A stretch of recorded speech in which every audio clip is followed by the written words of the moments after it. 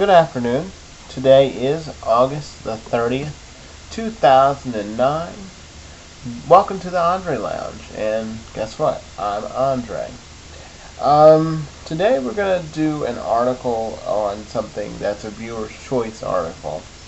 One of my viewers said that I do too much political stuff and I need to do something different. And I said, well, give me a suggestion. They gave me one.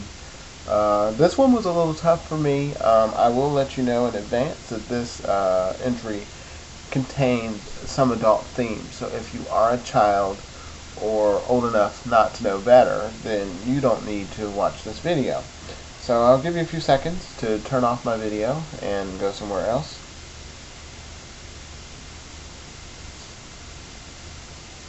Okay, time's up. Alright, today we're going to be talking about fantasies. More specifically, sexual fantasies. Someone told me to do a topic of sex. Well, sex is such a broad subject. I googled the word sex, and there was over 665 million different topics on sex, which goes to show me how much we as people think about sex. But today we're going to focus specifically on sexual fantasies. Sex in general is such a taboo subject still, but more specifically, sex in general. Just a few interesting facts about sex. The top 10 fantasies that men and women fantasize about. Number 10, sex with a stranger. Number 9, working as a prostitute or stripper. 8, being found irresistible by a man or a woman. Number 7, sexual ravaging. Number 6, romantic sex. Number 5, oral sex. Number 4, doing something you've never tried before. Number 3, sex with another person. Number 2, fantasies about your partner. And number 1, and I think this is more for women, number 1, it was domination. Now, there are different types of sex, so I also have a little survey for gay men and lesbians. For men, their top ones, I only have 4 for you. Gay men, they like forced sex. Number 2, group sex. Number 3, sex with someone other than your partner. And number 4, oral sex. For the lesbian population, lesbians fantasize about specific body parts. For example, the breast or the vajayjay, to name a few, and multiple encounters with other females.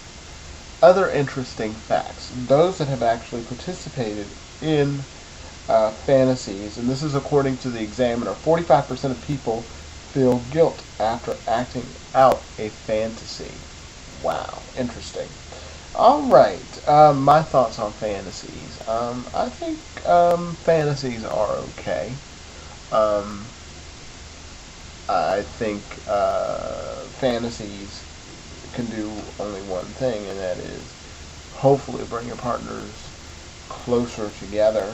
And if you are in a relationship where you can do a fantasy, I think that's a good sign, because not only are fantasies are they meant to be enjoyable, but I mean the communication. It shows that you're communicating, and you can share your most deepest, darkest parts of yourselves with your partner. So if you're doing a fantasy, that's great. No matter how bizarre or extreme it may be seen in the mainstream, handle your business. Now, some little pointers, I think, with the fantasy. Before you do one, you have to set parameters as far as the do's and don'ts of a fantasy, and be able to communicate with your partner, hey, this is the deal. So I think, all in all, they might be a bit against the mainstream or what's considered typical in a relationship, but hey, if you can act out a fantasy and that fantasy brings you guys closer together, hey, handle your business.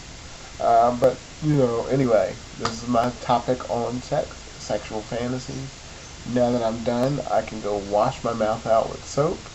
Feel free to leave a comment, and thanks for watching. Bye-bye.